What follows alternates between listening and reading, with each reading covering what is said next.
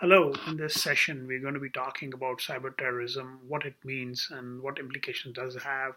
We will also discuss at least one or two examples of certain cyber terrorist attacks, or at least the ones that have been purported to be cyber terrorist attacks. To begin with, there's a lot of misinterpretation in the definition of what cyber terrorism is. The word consisting of the familiar cyber and less familiar terrorism makes it cyber terrorism. While cyber is anything that relates to or tool or trade, terrorism by nature is difficult to define. Even the US government cannot really agree on one single definition. The old maxim, however, is that one man's terrorist is another man's freedom fighter. Um, and that is still valid today. What one country, one society might term something as a terrorist activity, someone else might actually call them freedom fighters. It really depends upon the perspective that people adopt. And from a cyber terrorism perspective, we are in particular referring to the use of technology, the use of the internet to undertake terrorist activities and terrorize people, terrorize societies, and terrorize countries.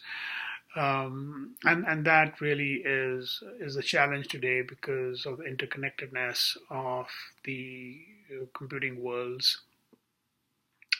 So there is a degree of understanding of the meanings of cyber terrorism, either from the popular media or other secondary sources or even personal experiences.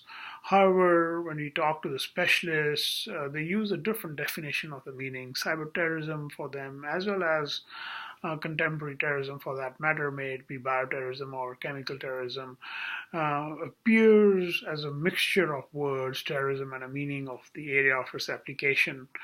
Um, so, cyber terrorism is defined as the convergence of what we call cybernetics and terrorism.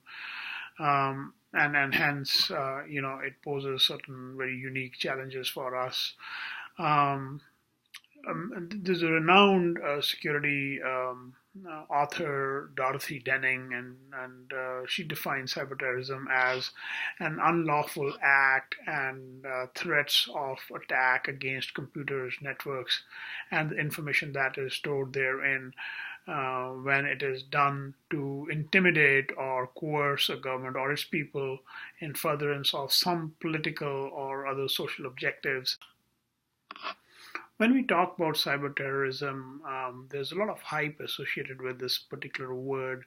But the question that always arises, and I often get asked, is how real is the threat that cyber terrorism poses? Because most critical infrastructure, at least in the Western societies, is networked through computers, the potential threat from cyber terrorism is and surely is very alarming. Hackers, although not motivated by the same goals that inspire terrorists, have time and again demonstrated that individuals can gain access to sensitive information and to the operation of crucial services. Terrorists, at least in theory, could thus follow the hacker's lead and then, having broken into the government and private computer systems, cripple or at least disable the military, financial, and other service sectors of advanced economies. So, the growing dependence of our societies on information technology, therefore, has always created a new form of vulnerability which gives terrorists the chance to approach targets that would otherwise be utterly unaccessible, such as national defense systems, air traffic control systems.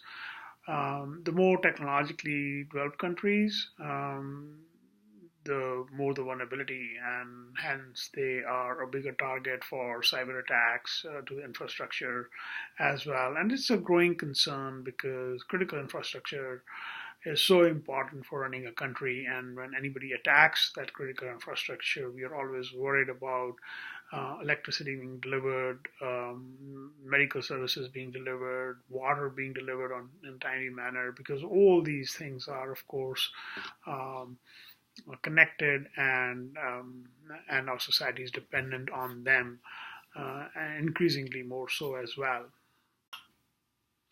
One of the prime examples of cyberterrorism is the Stuxnet virus, which infected systems across the globe, particularly in Iran. And there are a lot of allegations that perhaps the US and Israel were involved in infecting Iranian nuclear sites, but nothing has been proven. Stuxnet is actually an internet worm that infects Windows computers. It primarily spreads via USB sticks, which allows it to get into computers and networks not normally connected to the internet. Once inside a network, it uses a variety of mechanisms to propagate to other machines within that network and gain privilege once it has infected those machines. These mechanisms include both known and patched vulnerabilities and at least four zero-day exploits. As an aside, zero-day exploits are vulnerabilities that were unknown and unpatched when any kind of an infection comes into being. Stuxnet doesn't actually do anything to those infected Windows computers because they are not the real target. What Stuxnet really looks for is a particular model of programmable logic controller which is made by Siemens. Stuxnet doesn't actually do anything to those infected Windows computers because they are not the real target. What Stuxnet looks for is a particular model of programmable logic controller, or commonly referred to as PLC, which is made by Siemens. Most of the press refers to these as SCADA systems, which is technically incorrect. These are small embedded industrial control systems, PLCs, that run all sorts of automated processes on factory floors and chemical plants and oil refineries, pipelines, and of course nuclear power plants. These PLCs are often controlled by computers, and Stuxnet looks for this Siemens one particular controller, which is the SIMATIC WinCC Step 7 controller software. And if it doesn't find one, it doesn't do anything. If it does, it infects it using yet another unknown and unpatched vulnerability um, um, for a controller software. Then it reads and changes particular bits of data in the controlled PLCs. It is impossible really to predict the effects of this without knowing what the PLC is doing and how it is programmed, and what programming can be unique based on the application. But the changes are very specific, leading many to believe that Stuxnet is really targeting a specific PLC or a specific group of PLCs which perform a specific function in a specific location, and that Stuxnet's authors knew exactly what they were targeting. Till date, it has already infected some 50,000 Windows computers, and Siemens has reported that at least 14 infected control systems having there. Many of them are in Germany. In that effect, we don't know of any physical damage that Stuxnet has caused, although there are rumors that it was responsible for the failure of India's INSAT 4B satellite when it was launched. We believe that it did infect the Bushehr plant in Iran. All the antivirus programs detect and remove Stuxnet from Windows systems nowadays. Now, it's interesting to note that we term Stuxnet as one of the cyber terrorist activities, although we haven't been able to figure out till date as to who the culprits were, who were the people who wrote Stuxnet, although there are a lot of allegations pointing from Iran to Israel to the US that the nation states were involved in writing and disseminating Stuxnet as such. The obvious question that arises is that how do we prevent cyber terrorism and cyber terrorist activities? There are really three aspects that need to be thought about in terms of defense. The first one is prevention. How can we keep an attack from being launched? How can an attack be made to fail before reaching the target? So, those are two fundamental questions that need to be answered in terms of prevention. Now, the context of prevention is going to change from one area to another, from one country to another. But those two fundamental questions of how can we actually keep an attack from being launched, and how can we make sure that the attack that is made fails to reach the target. So that's prevention. Number two that needs to be thought about is incident management, and mitigating an attack and damage limitation. So assuming that an attack has taken place, how do we manage the incident as such? How do we mitigate the attack and limit the damage as a consequence? An attack, when it has reached a certain target, how do we prepare for and conduct defense during that particular attack? How do we defeat the attack without any loss? And how do we identify and limit the damage? That needs to be constantly thought about. And then finally is consequence management.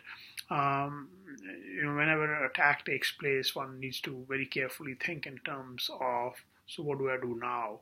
How do I make sure that damage that was contained does not occur again?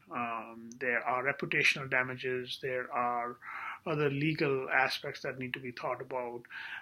So the consequence management becomes an important aspect to consider. So there are three things that need to be thought about in terms of any terrorist attack, cyber terrorism attack. First is prevention. How do I have proactive strategies in place which is going to prevent an attack from taking place in the first instance. And number two is incident management and attack mitigation and damage limitation. And finally is number three is consequence management. These three strategies together are the first step in terms of dealing with cyber terrorism. Clearly, there are a number of other issues that need to be thought about as well. But if we were to logically break the management of cyber terrorism, then these three steps are a step in the right direction. The topic area of cyber terrorism is vast. A lot of stuff has been written. A lot of people have been talking about it. I hope you enjoyed this session. I have tried to share some fundamental concepts related to cyber terrorism, particularly giving you one example of Stuxnet viruses as well. And I hope that there's some useful conversation around this very important topic area of cyber terrorism, because this is a menace for in our society today, and it's of utmost importance for us to make sure that strategies, business processes, and processes in general ethics and societies exist which are going to prevent any cyber terrorist activity from taking place in our society.